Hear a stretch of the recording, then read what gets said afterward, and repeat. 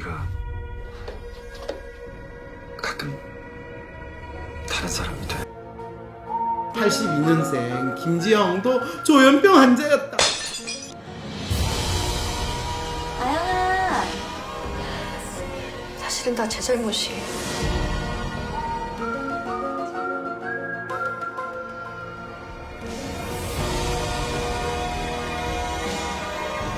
지영아,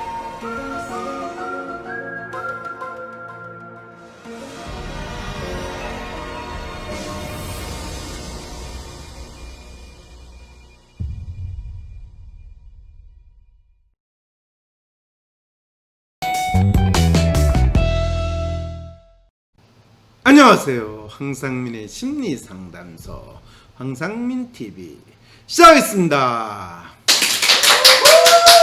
네, 여러분, 오늘 스튜디오에 그동안 이 코로나19 때문에 오픈 방청석 이 제도를 못 만들었는데 뭐 지금도 못 만든 상황이긴 하지만 그래도 이 300대 1의 경쟁률을 뚫고 몇 분이 오셨습니다. 그래서 일당 300으로 오늘 이 아주 힘찬 박수 소리 여러분 들리시죠?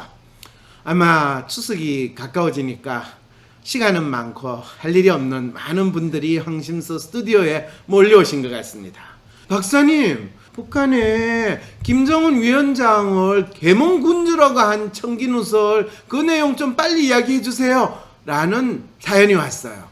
안녕하세요 박사님. 9월 25일 오후에는 노무현 재단 유튜브 채널에서는 유시민 이사장의 진행으로 14 남북 정상 선언 13주년 기념 토론회가 생중계되었습니다. 13주년 기념 토론회라 보니까 아마 DJ 때일까요? 아니면 노무현 대통령 때일까요? 이분이 노무현 재단 이사장이니까 당연히 노무현 대통령과 북한의 김정일 위원장 간의 남북 정상선언이겠죠. 김정은 위원장 아니에요. 자, 그럴 때 여기서 유시민이 김정은이 계몽군주라고 발언했다는 것이 큰 뉴스로 다뤄져서 그 영상 토론을 보지 않을 수가 없었답니다. 이날의 빅뉴스였던 북한의 통지문이 당연히 등장했는데요. 연평도 사건과 관련해 연평도 사건은 김정일 시절에 연평도 포격 사건이 아니라 연평도 근처에서 어업지도선에 있던 우리나라 공무원이 이 지금 영문을 알 수 없게 그냥 이 구명조끼에다가 부위를 타고 이 북해류로 갔는데 북한군이 너 누구야? 그랬더니 저 남에서 왔수다. 그러니까 까불지 마! 이러면서 이제 북한군은 아마 사람을 맞추는 게 아니고 코로나19 바이러스를 맞춘다는 마음으로 아마 총을 쏘지 않았을까. 그러고 나서 코로나 바이러스 무서워! 이래가지고 철저 방역을 한다고 거기에 기름 부어가지고 다 태웠다는 이런 사건이 발생을 했대요. 저는 그게 어떻게 됐는지 뉴스만 보고 이야기해요. 또 그게 탈북자다, 월북자다 이런 이야기 또 황심서에서 나왔던 소리 하면 안 돼요. 자, 그런데 놀랍게도 그 사건과 관련해 가지고 김정은 위원장이 뜻밖의 불미스러운 일이 발생하여 문재인 대통령과 남녘 동포들에게 커다란 실망감을 더해준 데에 대해서 대단히 미안하게 생각한다는 내용을 통지문을 북한이 보냈다는 거.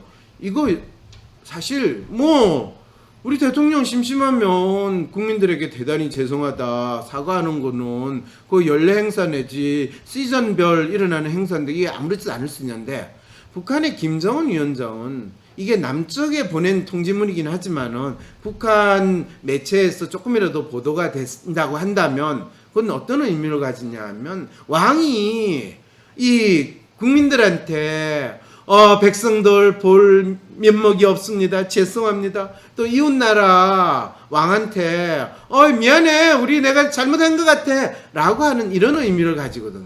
그러니까 이제 김정은 위원장을 왕조 시대에 있는 어떤 나라의 왕으로 볼 거냐 아니면 그냥 뭐 일본의 아베 수상 또는 미국의 트럼프 정도 되는 이웃나라 이 국가 원수로 생각하고 임시직 공무원으로서 몇 년 있다가 그만둘 사람을 생각하느냐에 따라서 이 사과의 의미가 상당히 다르게 받아들여지고 왜냐하면 왕이라는 존재는 원래 후한무치가 아니라 이 후한무치는 얼굴이 두꺼워서 부끄러움을 모른다는 뜻이고요. 왕의 경우에는 뭐라고 그러는지 아세요? 네, 저도 그 사자성어를 알았는데 벌써 지금 요즘에 그 왕에게는 이 부끄러움이 없다라는 사자성어가 있어요. 그런 걸 모르죠, 그죠? 그 말은 뭐냐면 무슨 짓을 해도 상관이 없다는 거예요. 그래서 왕은 침소에서 이 심지어는 섹스를 해도 그 기밀 상궁부터 해가지고 4-5명이 지켜보고 있는 와중에 섹스를 해야 되는 그 상황이 무슨 짓을 해도 부끄러움이 없는 거예요. 그리고 부끄럽지 않아요. 그래서 왕이 바로 옆에 있는 뭐 나인이나 상궁이나 내시를 칼로 그냥 죽여도 왕은 아무런 죄를 지은 게 아니다라는 게 바로 이것에서 나온 거거든요. 그래서 이제 절대적인 권력을 가진 사람이라는 건 바로 그런 의미를 가지는데, 그런데 그 김정은 위원장이 대단히 미안하게 생각한다는 이야기를 보낸 거예요. 자, 유시민은 과거의 북한 상황에 대해서 위로부터의 개혁이 아니면 사회가 변하기 어렵다. 1인에게 집중되어 있는 권력 시스템에서는 권력자가 계몽군주의 성격을 갖고 있으면 그 사회가 변한다. 그런 사회가 많다고 이야기했다가 김정은을 계몽군주로 애찬했다며 엄청 욕을 먹었다고 운을 떼었습니다. 하지만 계몽군주 발언 때문에 역시나 유시민 이사장은 엄청나게 욕을 드시고 계십니다. 이게 이제 이번에 또 계몽군주라고 그랬더니 기사 뭐 댓글에 뭐 조중동부터 시작해가지고 지금 이 우리나라 국민이 아니죠. 국민이 지금 북한군에게 죽고 불태워졌는데 계몽군주라고 하는 게 이게 네가 인간이 할 짓이냐, 이런 욕을 이제 많은 분들이 하고 있는데, 계몽군주라고 벌써 아니 북한이라는 나라가 지금 왕조시대에 있는데 그 왕조시대에서 그래도 뭐 국민에 대해서 또는 이웃나라에 대해서 미안하다 라고 이야기하는 거를 그걸 계몽군주에 비유할 수도 있지 라고 생각을 하는데, 이거에 대해서 난리를 치니까 그러면 북한이 김정은을 어떻게 봐야 되는가, 뭔가 정답과 같은 답이 있고 그거에서 조금 벗어난 다른 이미지로 보면 넌 죽일 놈이야, 너 한통속이지, 너 이적 행위를 했어, 이런 마음으로 지금 욕을 하는 건 아닐까. 그 대중의 심리에 대한 분석이 이렇게 이루어진다는 거죠. 그랬더니 댓글에도 저도 대깨문이지만 계몽군주는 아닌 것 같아요. 아휴, 이런 댓글부터 시작해. 제정신이 아니다. 21세기에 계몽군주 나왔다고 박수치며 환호하는 저들은 정상적인 사고를 하고 있는 건가? 이거는 거의 저들은이라고 이야기했으니까 뭐 노빠든 문빠든 이런 지금 이 진중근 씨가 비교적 가까이 있다고 하는 좌파 또는 집권 세력, 그들은 정상적인 사고를 하는 게 아니라 미친놈들, 광인이다 라고 믿는 분들이 또 이런 댓글을 다는 거죠. 자국민이 적에게 사살을 당했는데 월북이라는 프레임을 씌우고 오히려 그 적의 우두머리의 사과 한마디에 그를 계몽군주라 치켜 세우고 있다.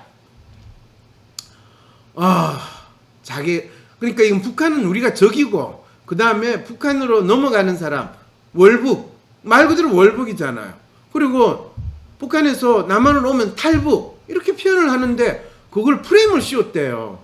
그러면 박근혜 정부 시절에 저기 북한에 있는 것도 아니고 중국에 있는 이 식당 종업원들을 다 미륵국 또는 중국 탈출 그 공작을 했던 이 우리의 국정원 요원들은 대체 어떤 사람들, 어떤 역할을 한 걸까? 이런 질문을 우리가 해야 될지도 몰라요. 그들은 김정은의 사과가 나오자 임무와 전화 회복이 됐다고 외칩니다. 우리 국민의 한 사람이 북한의 비인도적인 조치로 살해당한 불행한 화가 김정은 사과로 졸지에 복이 되어버립니다. 이건 뭔 말인지.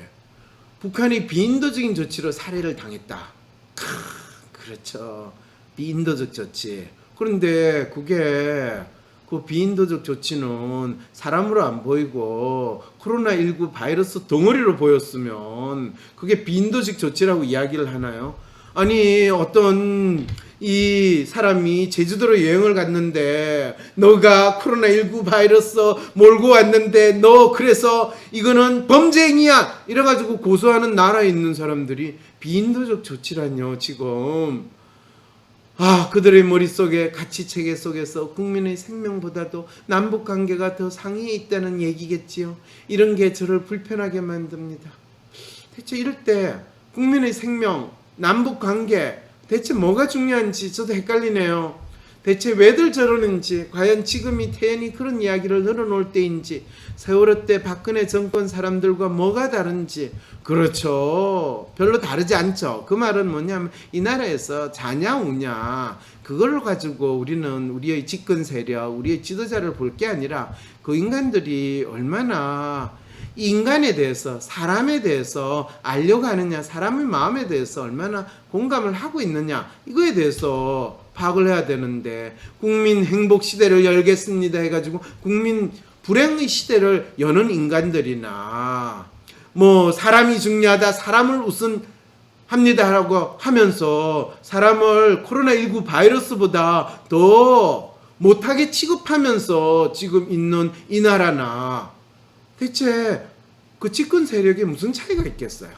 북한의 김정은 위원장에 대해 각자 다양한 이미지로 볼 수 있잖아요. 그런데 왜 우리는 그 사람을 악마의 화신 정도로 보아야 하는 것이 정답이고 조금 나은 이미지로 보면 안 되는 것일까요? 정말 북한 김정은의 이미지는 무엇인가요, 박사님? 이렇게 사연인데 북한 김정은의 이미지는 무엇인지 여러분들한테 추석 특집으로 제가 이 말씀을 드리겠습니다. 이 추석 명절 뭐 인사하고 나면 가족이나 친지분들하고 이야기하기 참 그렇죠.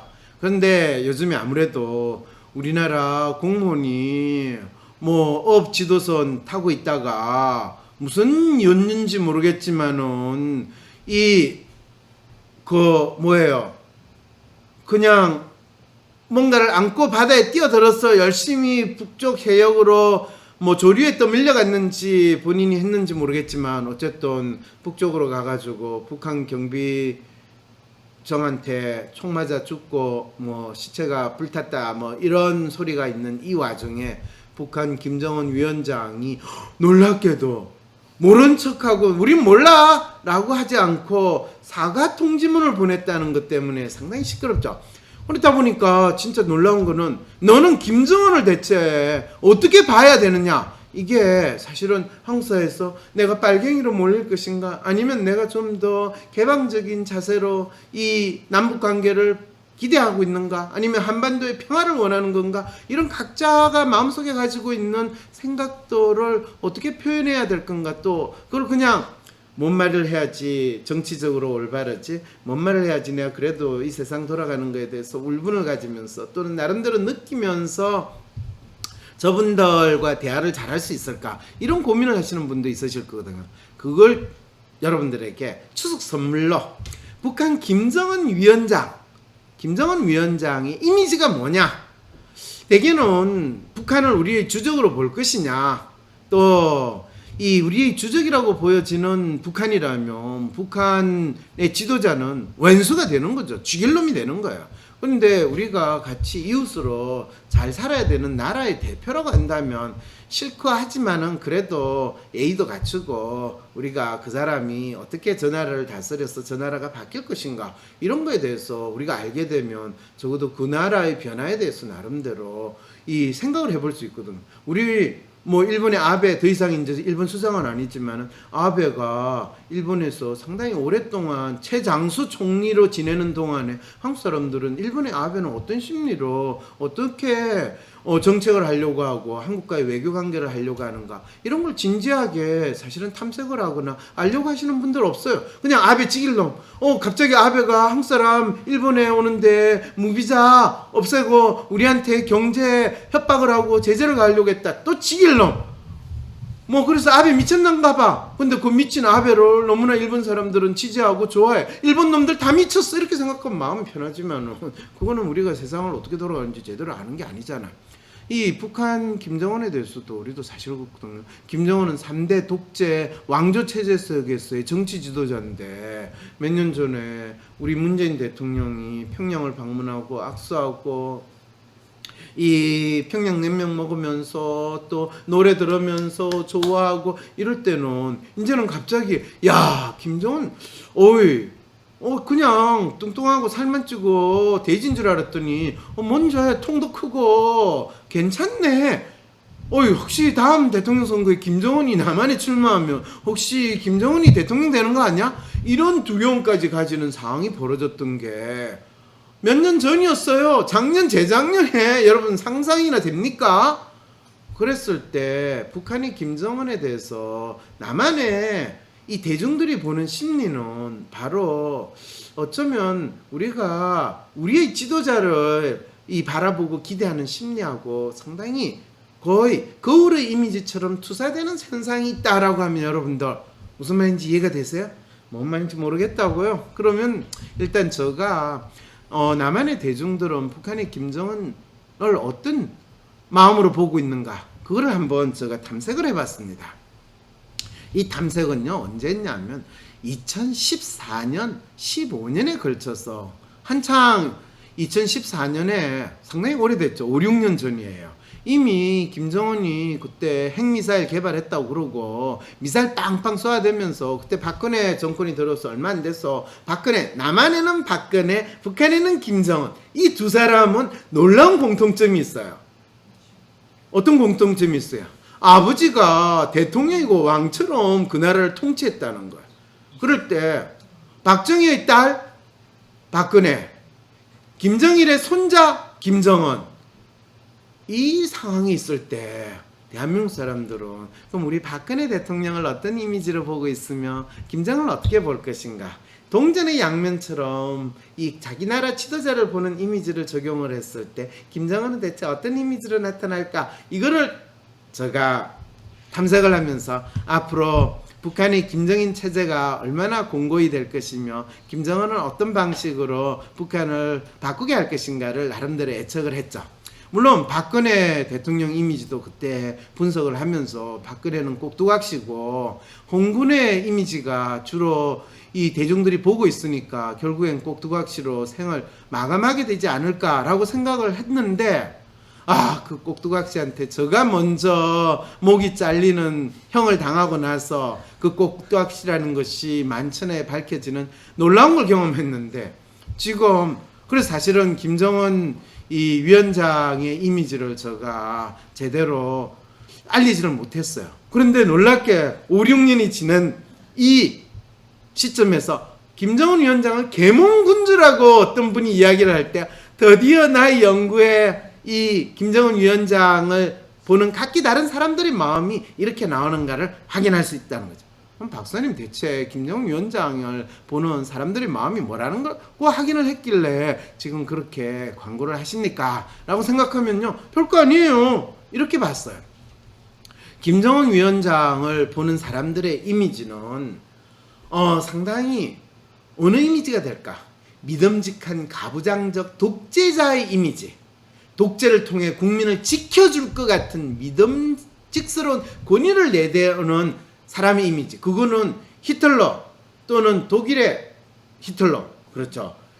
이 소련의 스탈린과 같은 이미지로 보려고 하는 대중의 마음이 남한 사람들의 마음이 있었고 또 한편으로는 더 웃기게도요.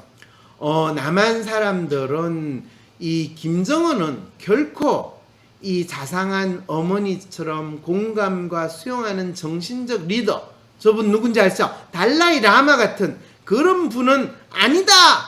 라고 김정은을 보는데 여러분 북한의 선전 매체에서 나오는 김정은은 정확하게 저 이미지를 열심히 내고 있다는 사실만 딱 보면 이미 5, 6년 전에 북한이 어떤 이 선전 전략으로 이미지 전략으로 내부의 사람들한테 김정은의 이미지를 만들어낼 것이고 그리고 남한에 있는 사람들은 김정은을 어떻게 보고 싶은가를 제가 기본 프레임을 찾아냈다는 걸 아시게 될 겁니다. 그랬을 때 김정은 이미지가 믿음직한 가부장적 독재자 믿음직한 가부장적 독재자라고 할 때는 이런 생각을 가지고 있는 분들입니다. 태어날 때부터 집안이 부모님이나 경제력이 남다른 것이 큰 자산이다. 또 체제 유지나 권력을 위해서라면 무자비한 행동도 서슴지 않는다. 국민의 안위보다는 자신의 권력 유지가 먼저다. 특정한 정치 목적을 위해서라면 합의된 절차나 과정을 쉽사리 무시한다. 언론이나 여론을 자신에게 유리한 방향으로 바꾸려 한다. 이벤트성 행사나 쇼맨십에 치중한다. 공격적이고 적극적인 태도로 주위 사람들을 대한다.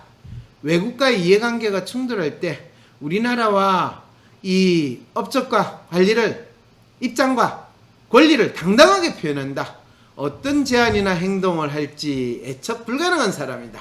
존재 자체만으로도 대중의 지위를 받을 수 있는 힘을 가지고 있다.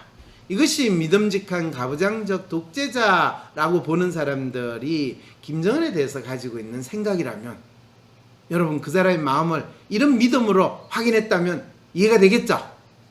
그래서 이런 분들은 놀랍게도 권력의 정당성은 하늘에서 내려준 것, 국민들은 상당히 추앙하거나 두려워할 것, 이 사람에 대해 언급하는 것조차 어려워하는 이런 심리로 그 지도자를 대한다는 거죠. 누구예요 그게? 박근혜, 지금 문재인 대통령조차 이렇게 보는 분들 있을까요 없을까요? 달님 똑같아요. 별님. 네, 이거는 한국 사람들이 지도자를 대하는 일반적인 보편적인 마음일 수도 있는데, 그게 우리 편 지도자냐 적이라고 생각하는 지도자냐에 따라서 이제 이거를 표현하는 것이 조금 달라지죠. 어떻게 달라지냐고요? 그럴 때 심지어는 그때 한창 인기가 있었던 야구의 신 김성근 감독, 네, 거의 얼마나 혹사시키는가, 그러면서도 우승하니까 최고야, 저 박근혜 이러면서 김성근 감독 가가지고 1번 저거 하고, 그 다음에 문재인 그때 대표 때겠죠 아마, 김성근 감독 이런 거 다 저런 이미지 지금 정치하는 대표적인 활동을 하는 거죠.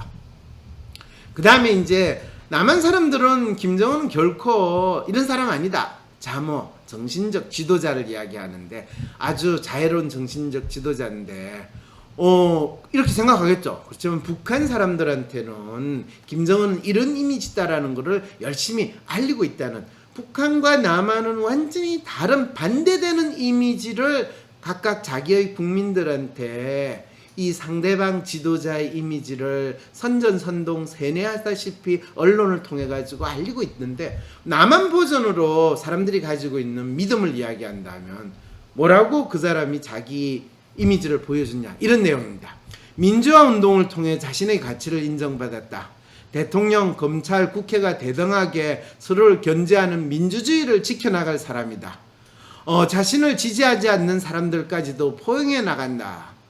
권력 의지가 없어 보이고 정치인 같아 보이지 않는다. 삶의 방향을 잃고 고민하는 많은 청춘들과 공감하고 답을 제시해주는 사람이다. 미혼모나 장애우, 동성애자, 다문화 가족과 같은 소수를 배려하는 정책에 관심이 많다. 사회의 양극화 문제 및 빈부격차 해소를 위해 노력한다. 오로지 국민만을 바라보고 가겠다는 진정성이 느껴진다. 잘못에 대해서는 솔직하게 시인하고 책임을 진다. 자신보다 나은 사람에게 기꺼이 배우려고 하는 겸손한 마음을 가지고 있다. 여러분, 누가 연상이 되나요? 누가 연상이 되나요? 문 대통령의 이미지를 최초에 이런 식으로. 그렇죠. 아시겠죠 여러분? 문재인 대통령 이미지, 처음에 대통령 후보로 나오거나 대통령이 심지어 되고 나서도 문재인 대통령 이미지를 이렇게 만들었다라는. 그런데 여러분, 제가 2014년에 연구를 했을 때 대한민국 사람들의 마음속에 김정은은 결코 이런 사람이 아니야 라는 마음을 가지고 있고, 그런 사람을 우리는 대통령으로 뽑아야 돼 또는 모셔야 돼라는 것을 2014년 15년에 가졌다면, 그 당시에 한국 사람들의 마음에 박근혜 대통령은 그러면 이런 사람이냐, 아니다라는 게 벌써 마음에 정해져 있고, 다음 대통령은 누가 될 것인지 본인이 구체적으로 콕 찍을 수는 없지만은 이미 정해져 있는 놀라운 무시무시한 상황이라는 거 알겠죠?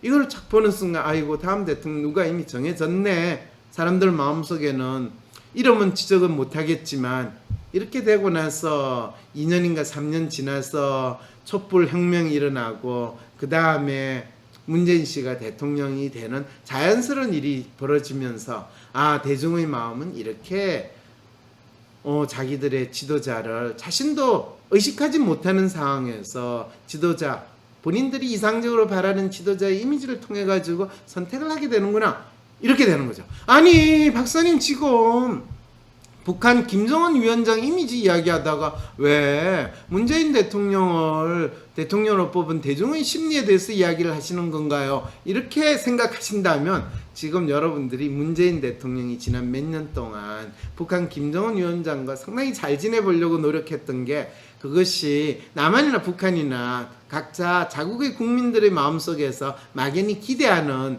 바라는 지도자의 이미지 그거를 소비해가는 과정이다라는 것을 여러분들이 이해하시라고 이 설명을 드리는 거예요. 그러면 사실 이 정신적 지도자 그리고 아주 자애로운 또 국민들을 위하는 마음을 주는 정신적 지도자는 다 저런 이 인물들의 이미지를 통해 가지고 국민들은 소비했고 나중에는 그게 얼마나 픽사리가 났는지 박근혜 씨 어떻게 났는지 여러분 아셨죠? 박원순 씨 어떻게 되는지 아셨죠? 안철수 씨 어떻게 되는지 지금 알아가고 있죠? 문재인 대통령 네 어떻게 되는지 제가 더 이야기할 필요도 없는 상황으로 지금 가고 있는 거죠.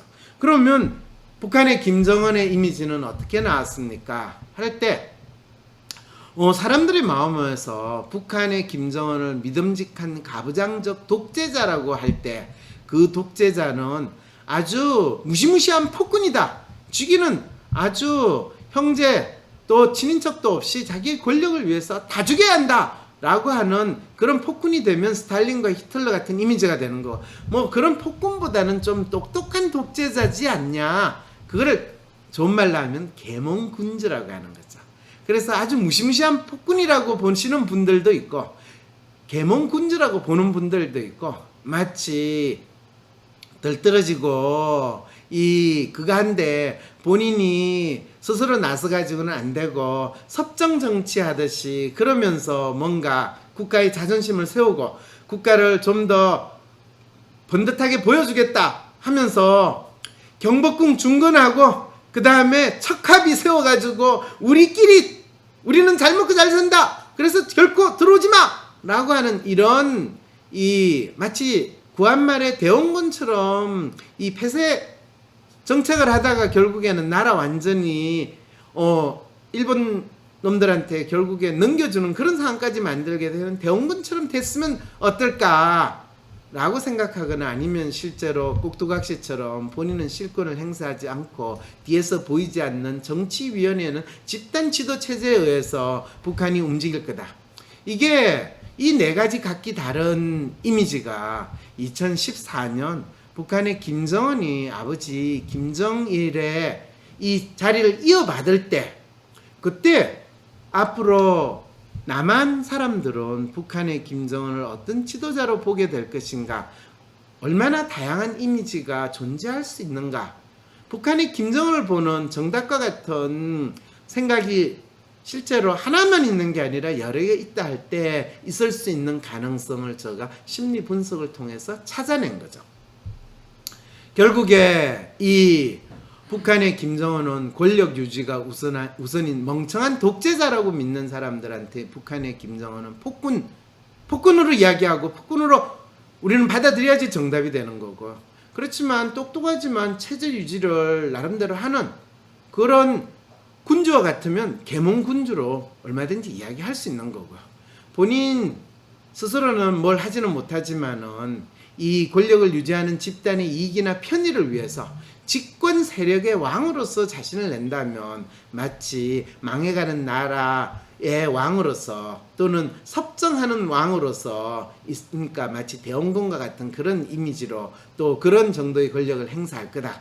아니면 집단 지도체제 속에서 정치 운영을 하는 동지들 그 위원들의 꼭두각시로 있는 정치위원회 한 사람으로 이 가오마담으로 지내고 있지 않겠는가라는 마음을 있었는데 지금 우리가 경험하는 거는 폭군이라는 이미지는 뭐 김정일 또는 김일성 때까지 우리가 방공 교육에 의해서 거의 정답처럼 가지고 있는 이미지고 조금 이제 문재인 대통령이 남북 뭐 대화나 평화 이렇게 할 때는 이제 똑똑한 이미지, 계몽군주의 이미지가 만들어지는 거고 이제 지금과 같은 상황에서 우리는 모른다. 들어오는 인간은 다 불태워 죽여. 뭐 이거는 이 대동강을 향해서 올라왔던 미국 상선 셔먼호를 불태워가지고 날려버렸던 일이나 강화도에 들어오는 블란스 배, 미국 배 다 빵빵 대포스하고 그러다가 초지진에서 장렬하게 수백 명이 거의 학살당하는 그런 끔찍한 일을 당했던 조선 말기에 우리 이 나라를 지키겠다는 지도자의 아주 슬픈 모습을 우리가 보이게 될지 아니면 북한의 김정은이 그냥 집단 지도체제에서 꼭두각시로 지내다가 어느 순간에 새로운 권력 이양의 혼란을 북한이 경험하게 될지 이제 여러분들은 매년마다 이 북한에서 일어나는 변화 남한 사람들이 우리가 어떤 마음으로 지도자를 선택하고 또 내가 어떻게 세상을 보는가 그 눈에 의해서 북한의 김정은이 각각 한 사람인데 다른 모습으로 우리에게 보여지는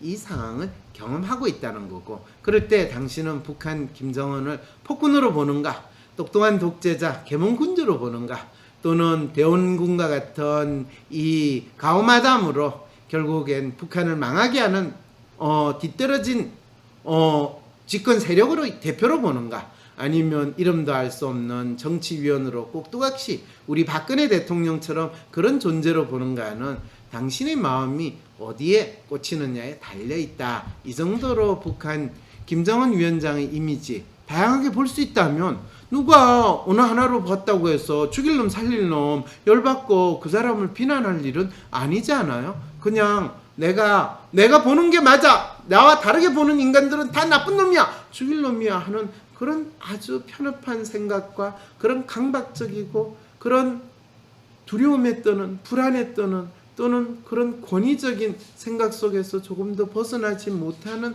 안타까운 상황에 살고 있다라는 거 그 정도는 알 수 있지 않을까요?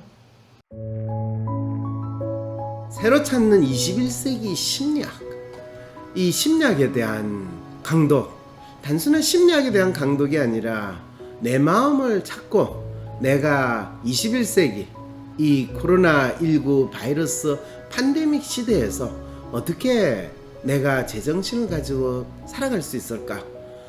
마치 자기 마음을 잃어버려 너무너무 힘들어하는 주위에 있는 사람들을 이해하고 이 땅에서 제대로 살 수 있을까?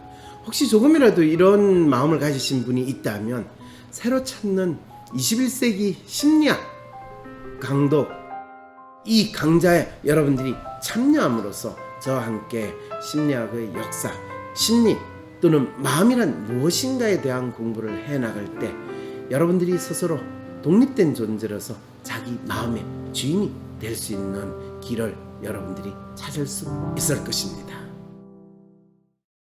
코로나로 인한 비대면 시대. 얼굴을 마주하지 않고 일한다고 대인관계 스트레스가 없는 것은 아니죠. 이럴 때일수록 보지 않고도 상대방에 대해서 알 수 있는 능력이 더 필요하겠죠? 검사 한 번으로 그 사람의 성격을 훤히 알려주는 WPI 성격검사.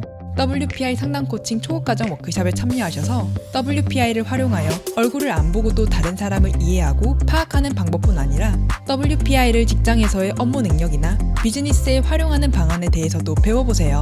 WPI를 활용한 통찰력 있는 상담가가 되고 싶으신 분들도 WPI 상담 코칭 초급과정 워크숍에 참여하셔서 WPI 상담 코칭 전문가로서의 첫 발을 떼어보시기 바랍니다. 10월 17일 WPI 초급과정 워크숍에 참여하시면 하루 8시간 동안 황상민 박사에게 WPI에 대해서도 배우고 자신의 관계 및 인생 고민에 대해 1:1 성격 맞춤별 코칭도 받을 수 있답니다.